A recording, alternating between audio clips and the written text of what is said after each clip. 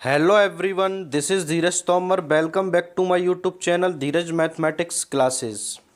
तो जैसा कि स्टूडेंट्स, इससे पहले वीडियो लेक्चर में मैंने आपको बताया था टीजीटी, पीजीटी और एलटी ग्रेड के सिलेबस के बारे में कंप्लीट जानकारी दी थी मैंने आपको, जिसमें मैंने आपको बताए थे कि आपके इस सिलेबस में कौन कौन से टॉपिक आते हैं और किस टॉपिक के अंतर्गत कौन कौन से सब टॉपिक आते हैं और कितना वेटेज आपका है कि कौन सा पोर्शन सबसे ज़्यादा पूछा जाता है और कौन सा सबसे कम पूछा जाता है। उसके बारे में मैंने आपको फुली डिटेल में बता रखा है। यदि आपने मेरा वह वीडियो ना देखा हो तो मेरे उस वीडियो को जाकर मेरे चैनल पर देख सकते हैं। यदि आप मेरे चैनल पर नए हैं तो मेरे चैनल को सब्सक्राइब करें, बेल आइकन को प्रेस करें, जिससे कि यदि कोई भी न्यू वीडियो मैं डालता हूं तो वह आप तक सबसे पहले पहुंच सके।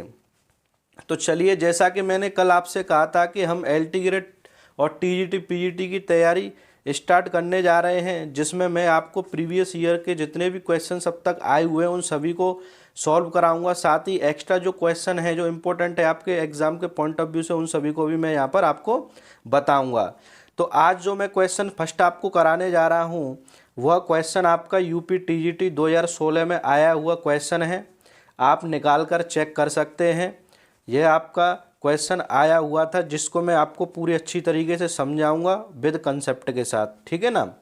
तो देखिए क्वेश्चन क्या है आपका कि समीकरण x cube minus 12x² plus 39x minus 28 is equal to 0 के मूल समांतर श्रेणी में है, यानी अर्थमेटिक प्रोग्रेशन में है, तो सार्वंतर होगा। तो आपसे कॉमन डिफरेंस पूछा है, ठीक है ना। तो देखिए यहाँ पर मैंने क्वेश्चन हिंदी और इंग्लिश दोनों में लिखे हुए हैं, जिससे यदि कोई इंग्लिश वाला स्टूडेंट्स है तो उसे दिक्कत ना आए, ठीक है ना। The roots of the equation x cube minus 12x² plus 39x minus 28 is equal to 0 are in AP, the common difference is what, ठीक है ना। तो चलिए इसको देखते हैं। तो जैसा कि आपको बताया गया है कि इसका जो कॉमन आपका जो ये रूट्स हैं वो किस में गिवन है, अर्थमेटिक प्रोग्रेशन में, ठीक है, एपी में गिवन है। तो हम यहाँ पर लेट कर लेते हैं, माना समीकरण के रूट कितने हैं, ए माइनस डी, ए प्लस डी, ठीक है ना। जब भी यदि हम क्वाड्रेटिक इक्वेशन के 3 रूट्स को यदि लेट करना होता है अर्थमेटिक प्रोग्रेशन फॉर्म में, तो हम यही लेट करते हैं ए माइनस डी, ए प्लस डी, ठीक है ना। अब जैसा कि आपको पता है कि क्यूबिक इक्वेशन में, ठीक है ना, क्यूबिक इक्वेशन में क्या होता है कि यदि हम रूट्स का सम करें, सम ऑफ द रूट्स क्या होता है, माइनस बी अपॉन ए, क्या होता है, माइनस बी अपॉन ए। तो यहाँ पर माइनस बी कितना है आपका, माइनस बी अपॉन ए, बी आपका माइनस 12 है और ए का वैल्यू कितना है, एक्स क्यू का कॉफिशिएंट कितना है, 1 है, ठीक है ना। तो आपका यहाँ पर टोटल ऐड करेंगे तो डी से डी कैंसिल हो जाएगा, ए और कितना हो जाएगा, 3a हो जाएगा आपका, ठीक है ना। तो 3a इज इक्वल टू कितना आ गया आपका, 12 आ गया, ठीक है। तो यहाँ से यदि आप चेक कर सकते हैं तो जो a का वैल्यू है वो a का वैल्यू आपका कितना आ जाएगा, 4 आ जाएगा, ठीक है ना। सिमिलरली जैसा कि आपको पता है कि product of the roots of a cubic equation क्या होता है, सी डी अपॉन ए, ठीक है ना, डी अपॉन ए होता है, ठीक है ना। तो ये देखिए माइनस डी अपॉन ए, तो यहाँ पर आप देख सकते हैं ए माइनस डी इंटू ए प्लस डी। मैं आपको ज़्यादा लैंग्वेज नहीं लिखा रहा हूँ, क्योंकि जो मेन चीज़ें मैं आपको वही चीज़ करा रहा हूँ, क्योंकि ये सारी चीज़ें आप ऑलरेडी जानते हैं, ठीक है ना। तो product of the roots of a cubic equation क्या होता है, माइनस डी अपॉन ए। तो माइनस डी आपका ऑलरेडी माइनस में गिवन है, अपॉन ए का वैल्यू कितना है, 1, ठीक है ना। तो ये आपका कितना आ गया, इसका आप प्रोडक्ट करेंगे तो ये एक में ऐड हो रहा है, एक में सब्ट्रैक्ट हो रहा है, तो यहाँ पर हो जाएगा a² माइनस डी² इंटू ए, और ये आपका कितना आ गया, 28। ए का वैल्यू हमें कितना आया था, 4 आया है, ए का वैल्यू कितना है अपने पास, 4 है। तो ए का वैल्यू हम यहाँ पुट करेंगे तो यहाँ पर आपका 4 का स्क्वायर माइनस डी² इंटू 4 इज इक्वल टू 28, ठीक है ना। 28 हो गया। 4 से ये कितने टाइम्स कट जाएगा, 7 टाइम्स कट जाएगा, ये कितना हो जाएगा 16 minus D square is equal to 7। तो आप यहाँ से जब D square equal to value निकालेंगे तो आपका कितना आ जाएगा 9 आ जाएगा, ठीक है ना, 9 आ जाएगा। और जब आप डी का वैल्यू यहाँ से निकालेंगे तो कम्प्लीटली आपके पास जो डी का वैल्यू आएगा वो निकल कर आ जाएगा कितना, +-3। कितना आ जाएगा, +-3। तो आप देख सकते हैं, तो आपका यहाँ पर जो कॉमन डिफरेंस आया है वो कितना आ गया, +-3, ठीक है। तो आप चेक कर सकते हैं, आपके इसके ऑप्शन मैंने इसमें दिए नहीं हैं, ठीक है ना। नेक्स्ट क्वेश्चन से आपको इसमें ऑप्शन भी मिलेंगे। तो यहाँ पर आपका कॉमन डिफरेंस कितना आ गया, 3 आ गया। चलिए नेक्स्ट क्वेश्चन देखते हैं। तो चलिए नेक्स्ट क्वेश्चन देखिए। तो जैसा कि नेक्स्ट क्वेश्चन में आपको दिया गया है, यदि समीकरण x² - 2x + 4 = 0 के मूल अल्फा तथा बीटा हों तो अल्फा की पावर n प्लस बीटा की पावर n का मान होगा, ठीक है ना। आपसे ये पूछा गया है। यह आपका क्वेश्चन GIC प्रवक्ता परीक्षा 2015 का क्वेश्चन है और मोस्ट इम्पोर्टेंट क्वेश्चन है, इससे डायरेक्टली पूछ लिया जाता है, ठीक है ना। इंग्लिश में, if alpha and beta are the roots of the equation x² - 2x + 4 = 0 then value of alpha raise to the power n plus beta raise to the power n is. यह आपके 4 ऑप्शन गिवन है, ठीक है ना। चलिए इसको solve करते हैं। तो देखिए सॉल्यूशन यदि हम इसका देखें तो सॉल्यूशन देखें तो आपको एक क्वाड्रेटिक इक्वेशन गिवन है। क्वाड्रेटिक इक्वेशन आपको क्या गिवन है, x² - 2x + 4 = 0, ठीक है ना। और अल्फ़ा एंड बीटा इस क्वाड्रेटिक इक्वेशन के क्या हैं, 2 रूट्स हैं, जहाँ पर आपसे क्या पूछा गया है, alpha raise to the power n beta raise to the power n का वैल्यू पूछा गया है, ठीक है ना। और ये आपको 4 ऑप्शन गिवन है, ठीक है ना। इसके अकॉर्डिंग आपको आंसर देना है। तो देखिए जैसा कि हमको पता है कि क्वाड्रेटिक इक्वेशन में रूट्स निकालने का क्या फॉर्मूला होता है, जैसा कि आपने श्रीधराचार्य फॉर्मूला पढ़ा होगा, तो यहाँ से आप निकालेंगे रूट्स। तो देखिए सॉल्व करते हैं। x = यदि हमारा फॉर्मूला होता है -b + -b² - 4ac/2a, ये हमारा फॉर्मूला होता है। इसको हम आगे सॉल्व करेंगे तो -b, यहाँ पे b अपना कितना है -2 है, ठीक है ना। यहाँ पे b -2 का स्क्वायर -4ac, a का वैल्यू कितना है 1 है, c का वैल्यू कितना है 4 है, ठीक है ना। तो यहाँ पर 2 × a का वैल्यू कितना है 1 है। आप इसको नेक्स्ट सॉल्व करेंगे तो यहाँ पर 2 आ जाएगा, ये 2 का स्क्वायर हो जाएगा, यहाँ पर 4 हो जाएगा, ये 16 हो जाएगा, ठीक है ना। तो यहाँ पर कितना बचेगा आपका -12 बचेगा और यहाँ पर आपका नीचे 2 आ जाएगा। जब आप इसको सॉल्व करेंगे कम्प्लीटली ओपन करेंगे तो ये आपका 2√3 i/2 आ जाएगा, ठीक है ना। क्योंकि -i का वैल्यू कितना होता है, i का वैल्यू कितना होता है आयोटा का -√(-1), ठीक है ना। तो ये आपका वैल्यू हो गया। देखिए नेक्स्ट, तो यहाँ पर आपके एलसीएम लेंगे, यहाँ पर ऊपर 2 कॉमन आ जाएगा, 1 ± √3i/2, 2 से 2 कैंसिल आउट हो जाएगा, यहाँ पर 1 ± √3i आ गया, ठीक है ना। तो यहाँ पर देखिए ये हमारे पास 2 रूट्स आ गए, एक तो अल्फ़ा आ गया, यहाँ पर ये दोनों रूट्स हैं प्लस माइनस, एक बार प्लस लेंगे एक दूसरी बार नेगेटिव लेंगे। तो लेट कर लेते हैं, यहाँ पर late alpha = 1 + √3 iota and beta = 1 - √3 iota, ठीक है ना। अच्छी तरीके से समझना, मोस्ट इम्पोर्टेंट क्वेश्चन है। देखिए ठीक है ना। अब देखिए, अब हम इन दोनों को क्या करेंगे, इन दोनों को पोलर फॉर्म में कन्वर्ट करेंगे। जो आपके जो रूट्स आए हैं ना, इन दोनों रूट्स को हम किस में कन्वर्ट करेंगे, पोलर फॉर्म में कन्वर्ट करेंगे, ठीक है ना। देखिए पोलर फॉर्म में कन्वर्ट करेंगे तो मुझे बताने की ज़रूरत नहीं है, आप इसको आराम से कन्वर्ट कर सकते हैं। तो पोलर फॉर्म में आप इसको कन्वर्ट करेंगे तो जब आप अल्फ़ा को पोलर फॉर्म में कन्वर्ट करेंगे तो आपका ये कितना आ जाएगा 2 1/2 √3/2 आयोटा।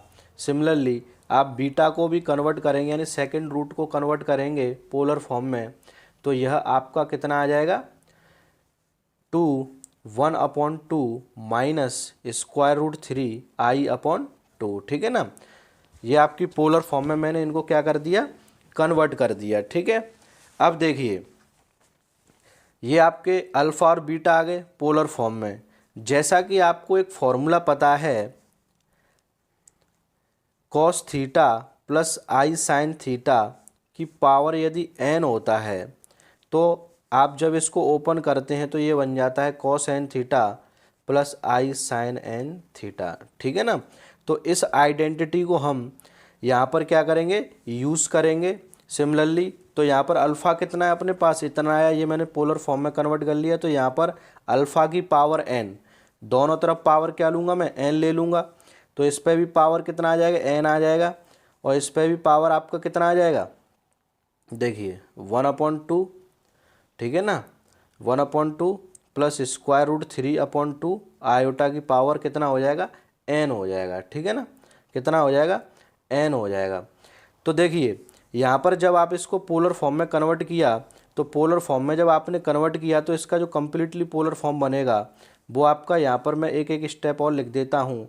जो पोलर फॉर्म बनेगा इसका बीटा का जो बनेगा वो आपका 2 cos π/3 माइनस आई साइन π/3 बनेगा।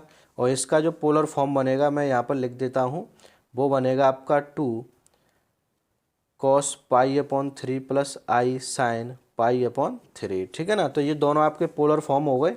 तो इसको मैं यहाँ पर लिखूँगा एग्जैक्टली। देखिए कितना है, 2 cos π/3 प्लस आई साइन π/3 की पावर n, इसका भी। ठीक है ना।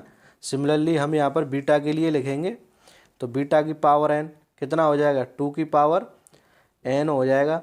और यहाँ पर आपका कितना हो जाएगा, cos π/3 माइनस आई साइन π/3 की पावर n। और जब आप इसको इस फॉर्मूले को यूज़ करेंगे इसमें, तो यह आपका कितना आ जाएगा, 2 की power n cos n π/3 minus i sine n π/3। ठीक है ना। सिमिलरली आप यहाँ से n को हटाएंगे तो यहाँ पे आप क्या लगा देंगे, n लगा देंगे। ठीक है ना। तो यहाँ से मैंने ये हटा दिया। अब आप इन दोनों को जब ऐड करेंगे, आप जब इन दोनों को ऐड करेंगे, अल्फ़ा की पावर n प्लस बीटा की पावर n, इन दोनों को ऐड करेंगे, तो ऐड करने के बाद में इन दोनों को आप ऐड करेंगे तो 2 की पावर n क्या आ जाएगा, आपका कॉमन आ जाएगा। ठीक है ना, 2 की पावर n कॉमन आ जाएगा। और देखिए ये वाला और ये वाला वैल्यू दोनों सेम है, ये क्या हो जाएंगे, कैंसिल हो जाएंगे, क्योंकि ये प्लस है ये माइनस है। ठीक है ना। तो आपका कितना रह जाएगा, 2 × ये दोनों एक जैसा वैल्यू है, 2 cos n π/3। ठीक है ना। तो ऑलरेडी 2 की पावर n बाहर है, दोनों का पावर क्या हो जाएगा, ऐड हो जाएगा 2 का। तो 2 की पावर n + 1 cos n π/3। ठीक है ना। तो ये आपका क्या हो गया, आंसर हो गया। तो आप मैच कर सकते हैं कि ये वाला ऑप्शन कौन सा है आपका।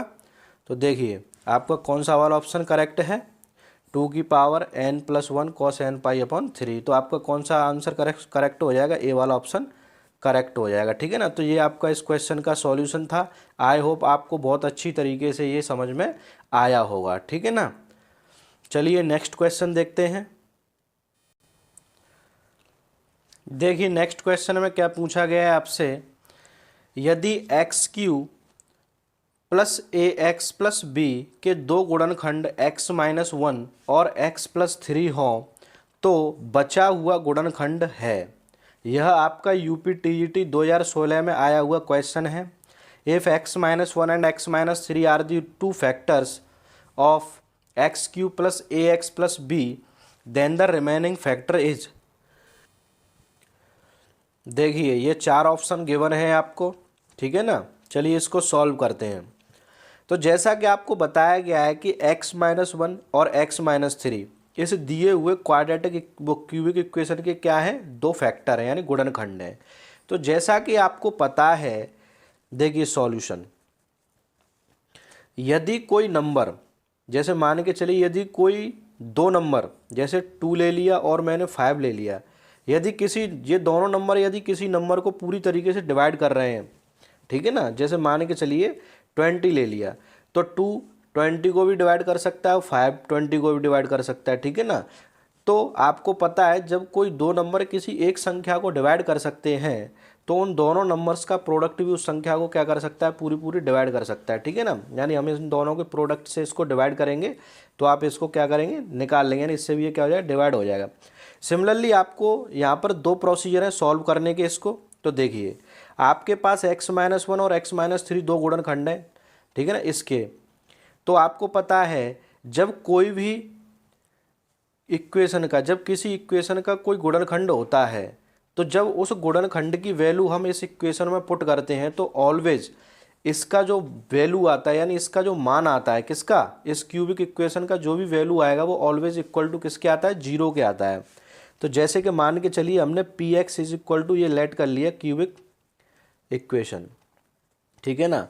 तो जब भी आप इसमें x इक्वल टू 1 पुट करेंगे, आप x इक्वल टू क्या करेंगे, 1 पुट करेंगे तो इसका वैल्यू कितना आएगा, जीरो आएगा। कितना आएगा, जीरो आएगा। तो P1 जब आप यहाँ से निकालेंगे तो 1 का cube plus a into 1 plus B is equal to कितना हो जाएगा, जीरो हो जाएगा। तो यहाँ से a plus B is equal to कितना आ गया, -1। ये आपका इक्वेशन फर्स्ट हो गया। सिमिलरली यू कैन देखिए यहाँ पर भी निकाल सकते हो। अब हमारे पास सेकंड फैक्टर क्या है, x+3, यानी जब आप p is equal to x is equal to -3 जब आप पुट करेंगे इस इक्वेशन में तो वैल्यू कितना हो जाएगा, इसका क्यूबिक इक्वेशन का जीरो हो जाएगा, ठीक है ना। तो 3 पुट कीजिए तो -3 का cube plus a into -3 plus b is equal to कितना हो जाएगा, जीरो हो जाएगा, ठीक है ना। तो इसको चलिए सॉल्व करते हैं। नेक्स्ट देखिए ये कितना हो जाएगा, 27 माइनस का और माइनस के ये 3a हो जाएगा plus b is equal to कितना हो गया, जीरो। तो यहाँ से इन दोनों वैल्यूज़ को आप इधर ले जाएंगे, 3a plus B is equal to कितना हो जाएगा, 27, ठीक है ना, माइनस का, और ये आपका नेगेटिव हो जाएगा, ठीक है ना। तो ये इक्वेशन आपका सेकंड हो गया। इन दोनों इक्वेशंस को आप सॉल्व करेंगे, दोनों इक्वेशंस को क्या करेंगे, सॉल्व करेंगे, ठीक है ना। तो ये आपका फर्स्ट इक्वेशन, ये सेकंड इक्वेशन है, दोनों को यहाँ पर पुटअप कर लीजिए। a plus B is equal to 1 and 3a minus B is equal to -27। इससे b से b कैंसिल हो जाएगा। 4a इज इक्वल टू कितना आ जाएगा आपका, -26 and a is equal to आपका कितना आ जाएगा, ठीक है ना। तो देखिए यहाँ पर सॉरी ये नेगेटिव है, यहाँ पर माइनस का साइन लगाना है, तो ये कितना हो जाएगा आपका 28 हो जाएगा, ठीक है ना। 4 7 28, a का वैल्यू कितना आ जाएगा आपका -7 और a का वैल्यू आप इक्वेशन फर्स्ट में पुट कर दीजिए। तो यहाँ से आपका जो b का वैल्यू आएगा, देखिए -7 यहाँ पुट करेंगे, इसको इधर ले जाएंगे तो b का वैल्यू कितना आ जाएगा आपका, 6 आ जाएगा, ठीक है ना। तो हमारे पास a और b दोनों का वैल्यू आ चुका है, ठीक है ना। अब a और b का वैल्यू हम किस में पुट करेंगे, इस वाले इक्वेशन में, ठीक है ना। तो यहाँ पर हमारे पास जो क्यूबिक पॉलिनोमियल आ जाएगा अपना कंप्लीट, वो कितना आ जाएगा, x³ प्लस, ठीक है ना, कितना आ जाएगा 7x, बट यहाँ पे ये 7 किसका है, माइनस का है, ठीक है ना। तो यहाँ माइनस लगाएंगे +6, तो ये आएगा x³ - 7x + 6, ठीक है ना। तो ये हमारे पास इक्वेशन आ गई, ठीक है ना, क्यूबिक इक्वेशन आ गई जो हमें गिवन थी, ठीक है ना।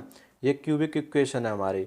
तो देखिए अब इसके हम क्या करेंगे, उसने हमसे थर्ड फैक्टर पूछा है, जो थर्ड वाला फैक्टर है। तो फैक्टर करना जैसा कि स्टूडेंट्स आप पर अच्छी तरीके से आता है, आप जब इसके फैक्टर करेंगे तो इसके कितने फैक्टर आएंगे, इसके फैक्टर आएंगे आपके x-2, x-1 एंड x+3, ठीक है ना। ये इसके क्या आ जाएंगे, फैक्टर आ जाएंगे, ठीक है। तो हमें कौन से दो फैक्टर गिवन थे, x-1 x+3, ये दोनों गिवन थे, तो हमारा आंसर क्या आ जाएगा, x-2। तो कौन सा वाला ऑप्शन आपका मैच कर रहा है, x-2, यानी आपका ऑप्शन बी वाला क्या हो जाएगा, करेक्ट हो जाएगा, x-2। आई होप आपको यह क्वेश्चन बहुत अच्छी तरीके से समझ में आया होगा। ये आपका UPTGT 2016 में आया हुआ क्वेश्चन था। मैं सभी स्टूडेंट्स के लेवल के हिसाब से चल रहा हूँ, मैं उसी हिसाब से सिंपल प्रोसीजर यूज़ कर रहा हूँ। आप हालांकि चाहते तो यहाँ पर इसको डायरेक्टली भी निकाल सकते हो, यहाँ पे फैक्टर करने की भी आपको ज़रूरत नहीं है। यदि आपके पास ये इक्वेशन आ गई तो आप एग्ज़ाम में जैसे ऑप्शन से भी चेक कर सकते हैं। आप किसी भी ऑप्शन को उठा के इसमें वैल्यू रख के देख लीजिए, वही जिससे भी आपका वैल्यू इसका जीरो आ जाए वो आपका क्या हो जाएगा, करेक्ट आंसर हो जाएगा, ठीक है ना। तो चलिए नेक्स्ट क्वेश्चन देखते हैं।